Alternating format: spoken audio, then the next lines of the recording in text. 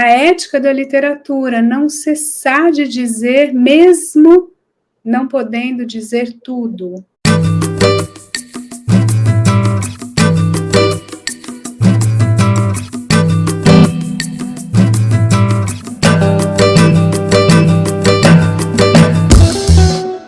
Esse é o 33 Brasil Lab Review da Universidade de Princeton, com curadoria de Marília Librandi, professora, escritora e pesquisadora de literatura e culturas brasileiras. Você vai acompanhar agora a segunda parte da conversa de Marília Librandi com a psicanalista Maria Homem.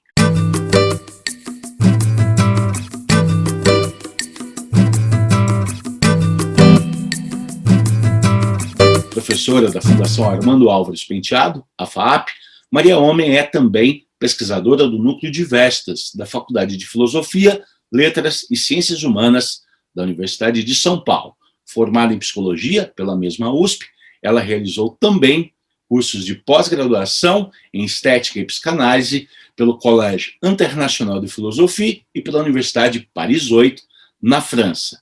Ela é também doutora em Teoria Literária e Literatura Comparada pela Universidade de São Paulo. Entre outros, Maria Homem é autora de No Limiar do Silêncio e da Letra, traços da autoria em Clarice Lispector, lançado pela Boitempo em parceria com a EDUSP. Marília Librandi é autora de Escrever de Ouvido, Clarice Lispector e Os Romances da Escuta, da editora Relicário. Professoras, boa conversa, a gente fica aqui na escuta. Você começa, né, com uma citação linda do poeta italiano Giuseppe Ungaretti, que diz: a palavra é uma breve ruptura do silêncio. Então, essa ideia de que estamos envoltos num silêncio e a palavra rompe, né, a palavra diz. E aí você começa. Na produção clariciana, é recorrente a busca de algo além do texto, que estaria ao mesmo tempo à sua margem, impronunciável e no seu cerne mais íntimo. Esse algo que não se consegue dizer e, no entanto, se busca dizer, é justamente o que impulsiona o movimento paradoxal realizado a partir do que denominamos silêncio. A falta impulsionando a escrita, que procuraria então significar a inapreensível totalidade do vivido. Se o ideal de apreensão global permanece, ele é posto em xeque pela própria estrutura linear e fracionada da linguagem. Somente se pode apontar tanto o todo quanto o silêncio através e a partir da palavra. A questão não é tanto ter uma palavra para apontar o silêncio, mas sim a de, sem a palavra, não haver sua ausência. Dessa maneira, o discurso literário cumpre a sua função, pois a tentativa de fazer palavra não é vã, ao mesmo tempo que não é completa. E eu termino a citação. A vivência precisa ser cercada linha a linha, letra a letra, na cadeia contínua e sucessiva de termos parciais que é o texto, sempre aquém ou além do ser, também localizado num tempo ou outro, em constante defasagem com sua tradução em palavras. E aí você diz, é aqui que se insere a política de Clarice para lidar com esse fazer palavra. Sua arma para atravessar o silêncio é a poesia. Né? É um belíssimo, né, início de capítulo e que condensa, né, uma tradição filosófica e literária de pensar esse silêncio, de cercar esse silêncio com a palavra, mas de um modo que parece que apenas Clarice consegue do jeito que ela consegue. Não é? Isso que você estava dizendo de fisgar a entrelinha, né? Quer dizer, de você lançar a palavra para dizer o silêncio incorporar a palavra, né? Esse vai e vem entre o que a gente está dizendo, é como se a gente parasse agora de falar, né? Diz assim, o que é exatamente que eu quero dizer? E o que eu quero dizer está entre o que eu digo e o que eu não digo, não é, Maria? Está entre... Sempre entre, condenável entre, né? Uhum. Chega um dia que você se acalma, Uhum. Isso, com essa impossibilidade estrutural de dizer tudo. Não é da ordem da impotência, que eu acho que essa é uma passagem lógica muito importante, porque a gente fica num lugar de eu não consigo, né? Eu sou impotente para fazer isso. E aí, de repente, você fala, nossa, dei um salto lógico. Eu saio da impotência para a impossibilidade. Não é estrutural. Então, ok. Então, vou falar e ok. E assim, depois vai acabar essa mesa aqui, vão acabar os nossos 33 minutos, que são poucos, né, Marília? E eu vou falar, nossa, esqueci de falar aquilo que era óbvio, era muito importante. Como é que eu não falei aqui, né? Que aí a gente fala, nossa, nesse momento que sabe quando você fica à noite rememorando, às vezes, o dia, em fases mais intensas, aí, né, como diz, assim, a insônia é toda a escrita dos ditos, os não ditos e os reditos, e os potencialmente dizíveis. Então, a gente, um dia, se acalma com isso, porque, ok, né? E de alguma forma, eu acho que a Clarice ela soube se equilibrar exatamente aí, né? No não desistir, porque você pode desistir. Você pode falar, já que, então, já que o capitalismo venceu, já que a onda, enfim, já que a potência, a força, já que o centrão, qualquer coisa. Então tá, então fuck off, né? A postura do cinismo. Já que o mundo é assim, então tá. Não, você tem uma postura ética, porque a gente está falando de um sujeito que também vai se colocando numa posição que é moral, é um sujeito moral, tem um ethos, moral no melhor sentido da palavra, nobre sentido, né? Em que você diz, olha, então eu tenho uma posição a sustentar, né? Não ceder do seu desejo, como diria Antígona na leitura do Lacan, né? A ética da psicanálise. A ética da literatura, não cessar de dizer, mesmo não podendo dizer tudo, estando condenado ao medir, ao meio dizer, né? A essa, se bem que aqui acho muito importante a gente também fazer uma diferenciação, que daria, nossa, outros 33 minutos, mas juro que eu vou pegar só 2 polos, que é que tipo de silêncio a gente também está falando, que tipo de escuta, né? Porque o silêncio ele é estruturante, porque você agora silencia e escuta enquanto eu falo, e depois a gente troca, e essa é a dança necessária para que tenha a grande conversação. Esse é o silêncio da produção, mas tem o silêncio do recalque. Tem o silêncio daquilo que é recalcado, daquilo que é negado, que é obstruído, que é jogado para debaixo do tapete e que faz sintoma, faz dor, faz mal, faz angústia, né? E que não cessa de não retornar, o retorno do recalcado. Que eu te diria, quando retorna, escuta, é segunda chance. Então, né, quando vem um analisante e fala, porque esse sonho que me atrapalha, porque eu jurei que nunca mais ia fazer isso, caí na mesma armadilha, casei com o mesmo tipo de mulher, entrei na mesma roubada de relação, ou fui mandado embora de novo. Escuta.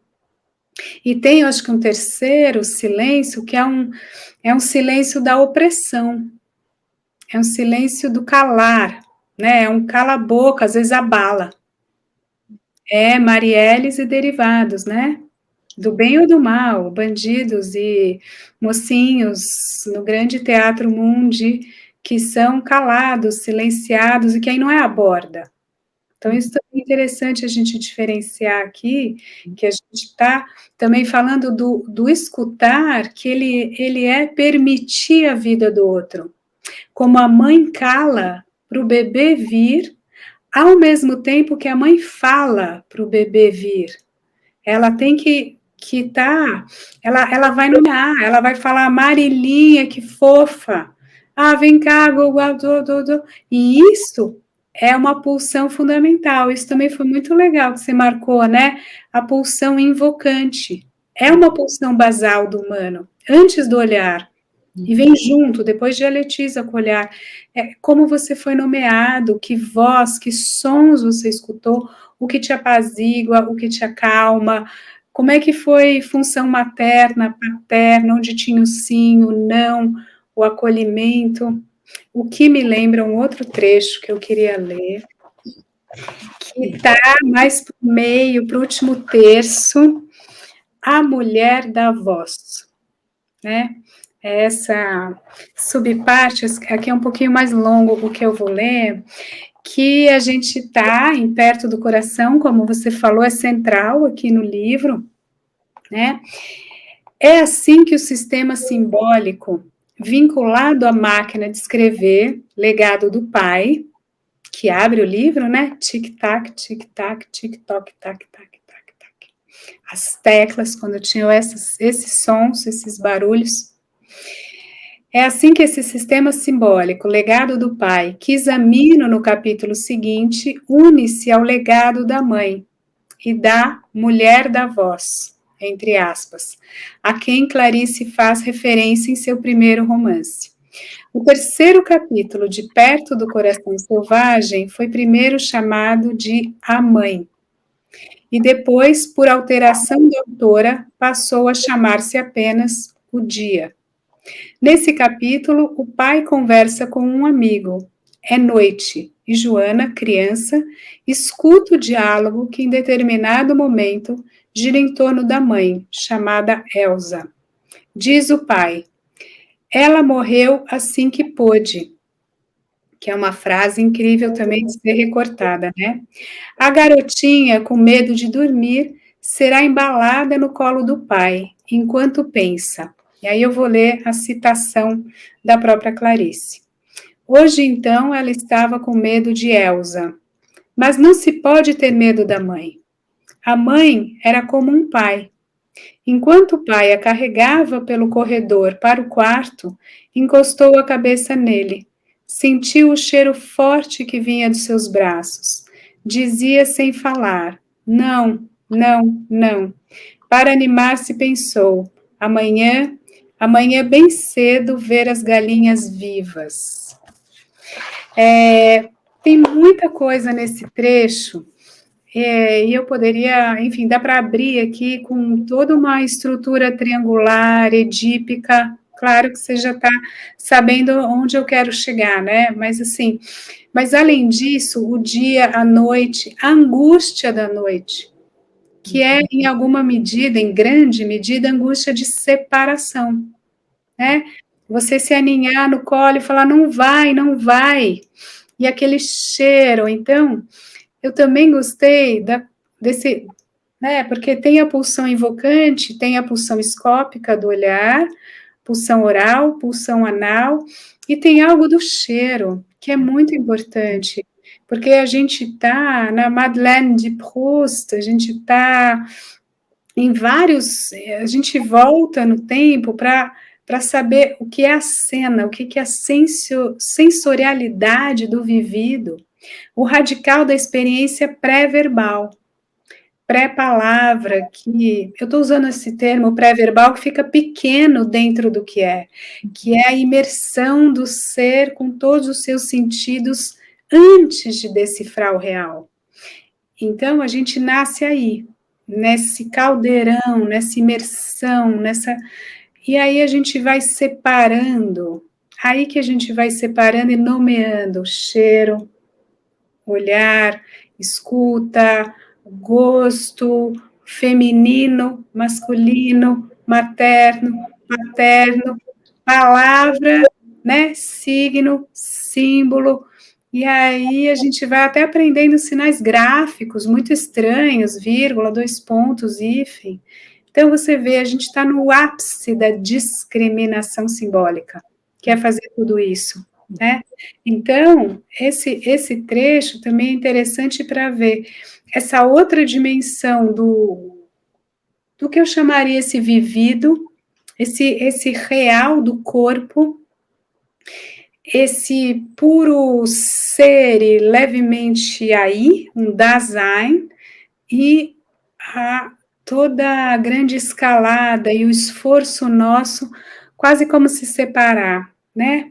Se separar dessa lama da experiência para discriminar, para a gente ser, para a gente ter um nome, um lugar e saber onde a gente está, tempo, espaço, combinação, né? Toda a armadilha gráfica que a gente desenha sobre a vida, né? E que é o que ajuda a gente a viver, e ajuda a gente a dar sentido. E a literatura da Clarice, ela é isso e não é. Ela vai ajudar a dar sentido, mas ela flerta o tempo todo com esse amálgama do vivido, né? E vai fazendo vários recursos para chegar nessa densidade. Isso também achei muito bonito do livro, né? Representar isso. Lindo, Maria, lindo, lindo. Eu acho que é, de novo, quer dizer, essa mulher da voz, né? E essa cena tão linda dela, justamente no colo do pai, né? Órfã de mãe, né? Justamente morreu assim que pôde, né? Como você disse, essa frase impressionante, né? Que poderia ser um outro tópico de conversa, né? Mas isso me faz pensar, né, Maria, também nesse lugar da voz da mulher, mas também nesse lugar da escuta, né? E disso que já foi tão debatido e conversado, e a gente sempre fica naquela margem, assim, para não cair em essencialismos divisores, né, de papéis, mas eu acho que existe um lugar dessa escuta, né, que a Clarice inscreve e que tem a ver com o seu corpo de mulher, né, com a sua voz de mulher, com esse lugar de receptividade, né? Porque eu acho que quando a gente ocupa, e agora eu vou dizer isso para ler um trecho seu, que é justamente essa ideia de que, assim, o que é pensar um autor, ou uma autora, escritora, que escreve de ouvido, né? Quer dizer, a autoridade é sempre aquele que fala para ser o dono da voz, ter o domínio do seu discurso, né? Estar ciente daquilo que diz.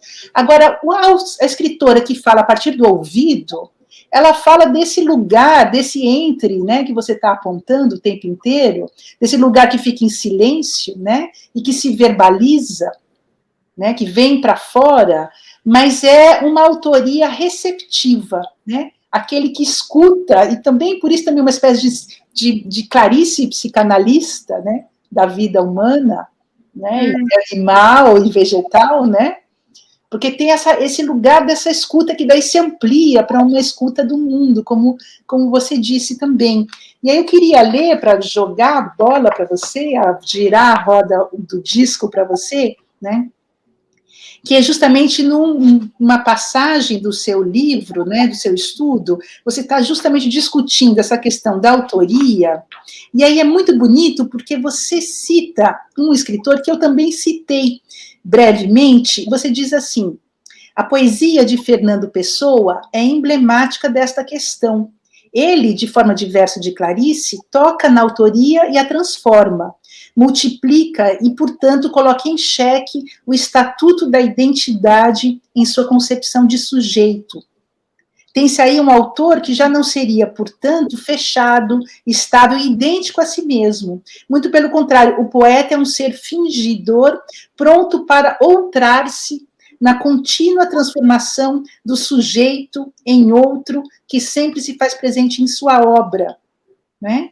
Então, justamente ele, nesse sentido, você diz, passadas algumas décadas dos movimentos anti-humanistas e pós-estruturalistas, podemos dizer que no século XXI não estamos propriamente no domínio da morte do autor, mas na localização do autor em outro escopo, baseado não mais em um primeiro estatuto identitário e imaginariamente coeso do sujeito, né? Então, quando você estava dizendo, né, Maria, dessa Clarice que se espalha na Hora da Estrela, no Rodrigo SM, né, e que mostra a própria concepção do livro se fazendo, né, se desautorizando, né, quase como se apagando e mostrando aquilo que, em geral, a gente que escreve não mostra, né? Então, como é que foi para você essa autoria pensada via limiar de silêncio e letra? Essa é uma muito boa pergunta, porque, assim, esse é o outro pilar do trabalho, né? Então, assim, tem uma discussão do conceito de sujeito nesse livro, né? Que é uma discussão importante para o pensamento, isso é, vamos dizer, a matriz da filosofia contemporânea, e que já está lá no nascimento da psicanálise. Então, o que é Freud? Por que Freud faz uma virada epistemológica? Por que é um corte radical? Porque ele vai colocar um sujeito sem centro. Ele vai fazer, como diria Lacan, uma subversão do cogito cartesiano. Então, se Descartes vai falar, né, começo do 17, penso, logo existo, e eu deduzo a minha existência a partir da dúvida e da assunção do estamento, eu estou pensando, portanto, deduzo daí a minha existência, né? Aí ele vai fundar o sujeito moderno.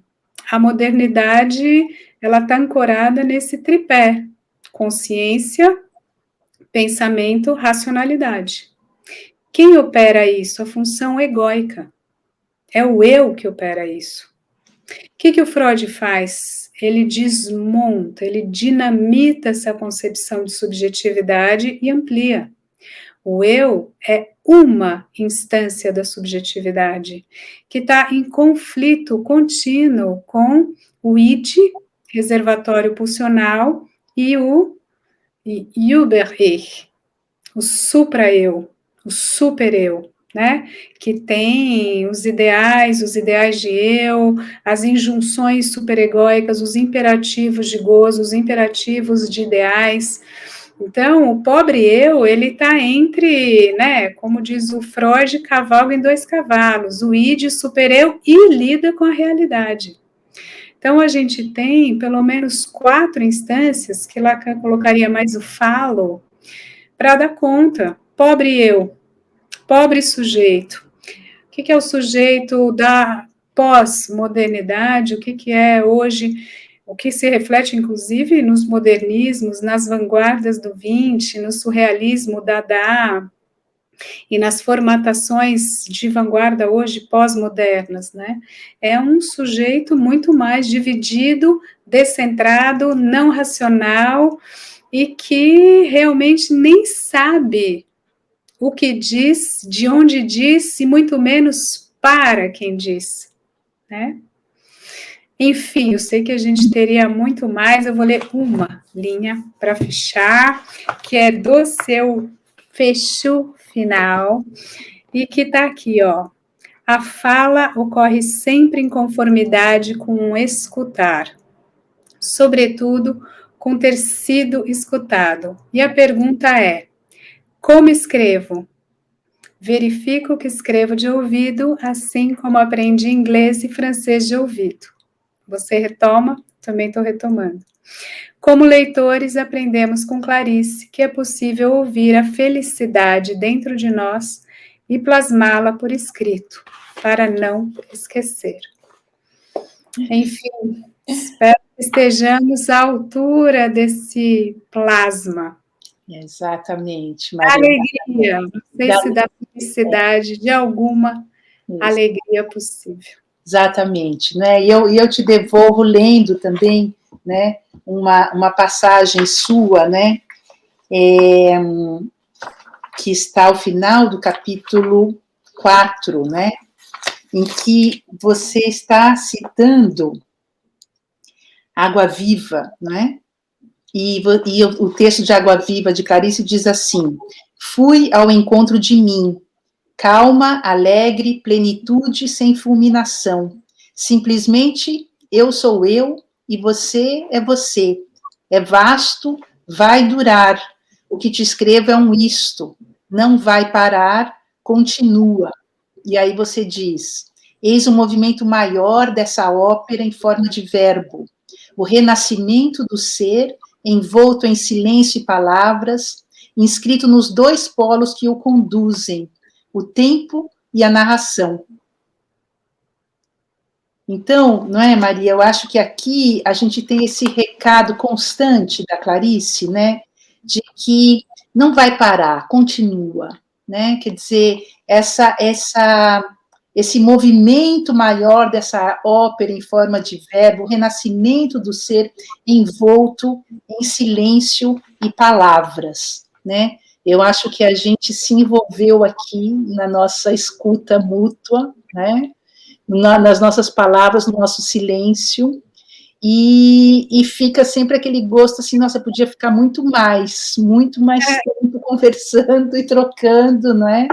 Porque é uma infinitude de potencialidades mesmo, né, que essa escrita abre para a gente, de um ensinamento que nunca termina, né, Maria? Quer dizer, a gente volta a reler, eu releio Clarice, relendo o seu livro, e descubro passagem, falo, nossa, como é que eu não percebi essa passagem antes, né?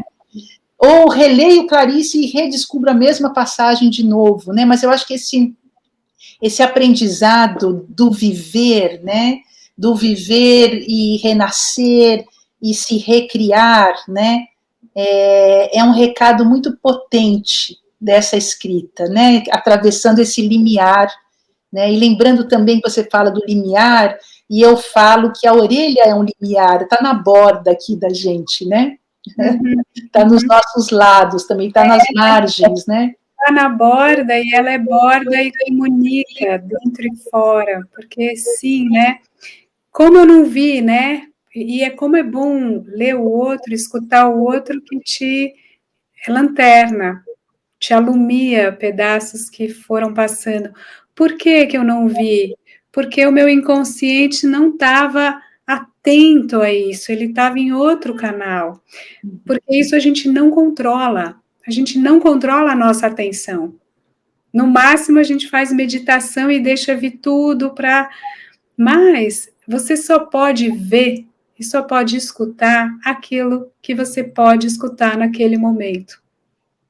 Isso faz a gente ficar louco, né? A gente fala que burra, não acredito, eu perdi essa chance, perdi a oportunidade. E claro, sem dúvida, eu mesma uso aquela imagem incrível de Kairos, né, o deus grego do tempo, além de Cronos, outro deus do tempo que é veloz, só tem um fiapo de cabelo, que você tem que agarrar a oportunidade. É verdade, mas ao mesmo tempo, era onde o seu inconsciente vibrava. Então, a escuta, ela é borda, mas ela ecoa profundamente com o mais visceral de você, que você nem sabe. Então, por isso que é infinito também, por isso que eu acho que um casamento pode durar um dia e pode durar 10 mil dias. Não sei nem o que é 10 mil dias, é dentro do escopo humano, mas, enfim, muitos milhares. Por quê? Porque você também vai reescutar aquele outro e você mesmo, e se a dança for interessante, vai ter sempre novos silêncios para descobrir, para iluminar. É isso, né? E eu acho que ela tem essa expansão, né, do ser, sempre aparece nela, nascimento, vida e morte, renascimento, nessas expansões da gente nessa outra idade, né, que a gente nem sabe para onde vai, a gente não tem controle, né? Os budistas falam muito disso também, né, dessa expansão da vida, né, na reverberação, na vibração. Então, Maria, eu vou te convidar a fazer um último exercício, uma última partilha de jogo, que é a seguinte. O primeiro livro de Clarice que eu li foi Água Viva.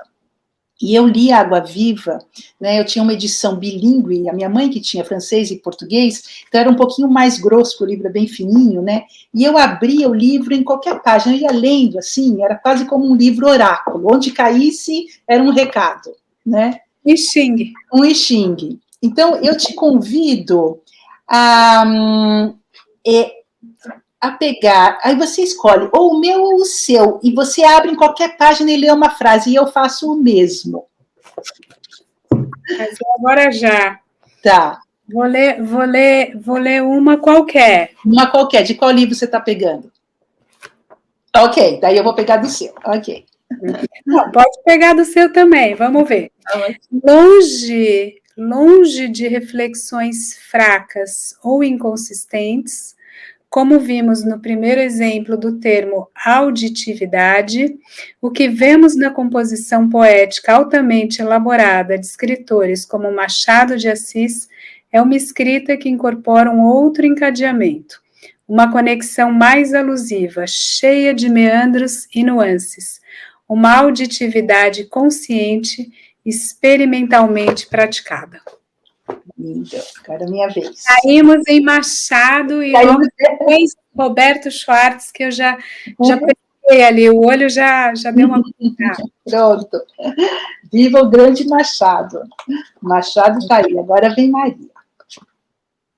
Em suma, na tentativa de apreender pela escrita a vida primária, o it, o é da coisa e captar o instante já, Clarice também estaria envolta na incessante tarefa humana de, através dos veios simbólicos e imaginários, captar o real, inapreensível por excelência, que, no entanto, nos impulsiona paradoxalmente para o próprio ato da escrita. Água Viva também explora essa questão. : citação.